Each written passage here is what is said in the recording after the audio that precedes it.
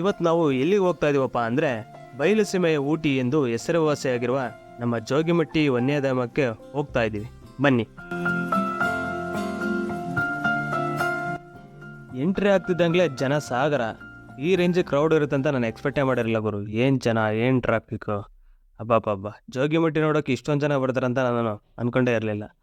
ಆ ಕ್ರೌಡೆಲ್ಲ ಕ್ಲಿಯರ್ ಮಾಡ್ಕೊಂಬರೋ ಅಷ್ಟರೊಳಗೆ 30 ನಿಮಿಷ ಅಲ್ಲೇ ಆಗೋಯ್ತು. ಅಷ್ಟು ಜನ ಬಂದಿದ್ದಾರೆ. ನೋಡೋಕ್ಕೆ ಒಂಥರ ಖುಷಿನೇ ಆಗ್ತಿದೆ ಗುರು. ನಮ್ಮ ದುರ್ಗದಲ್ಲಿರೋ ಜೋಗಿಮಟ್ಟಿ ನೋಡೋಕ್ಕೆ ಇಷ್ಟೊಂದು ಜನ ಬರ್ತಿದ್ದಾರೆ ಅಂದರೆ ತುಂಬ ಖುಷಿ ವಿಚಾರನೇ. ಮುಂದೆ ಹೋಗ್ತಾ ಹೋಗ್ತಾ ಇಬ್ನಿ ಸ್ಟಾರ್ಟ್ ಆಯಿತು. ನೋಡೋಕ್ಕೆ ಎಷ್ಟು ಸಖತ್ತಾಗಿದೆ ಗುರು ವ್ಯೂ ಪಾಯಿಂಟು. ಹಾಗೆ ಮುಂದೆ ಬಂದು ನೋಡಿದ್ರೆ ಲೊಕೇಶನ್ ಮಾತ್ರ ಅಲ್ಟಿಮೇಟ್ ಗುರು. ಹಾಗೆ ಸುತ್ತ 360 ನೋಡಿದ್ರೆ ಆ ಕಡೆ ಮಳೆ, ಈ ಕಡೆ ಇಬ್ನಿ, ಹಾಗೆ ಗ್ಯಾಪ್ನಲ್ಲಿ ಚೆನ್ನಾಗಿರೋ ಹುಡುಗಿರು ಮತ್ತೆ ಮತ್ತೆ ಬರೋಕೆ ಅನಿಸುತ್ತೆ ಗುರು. ಫೈನಲಿ ನಮ್ಮ ಗ್ಯಾಂಗು ಇವರಿಲ್ಲ ಅಂದರೆ ಮಜಾನೇ ಇಲ್ಲ ಬಿಡಿ.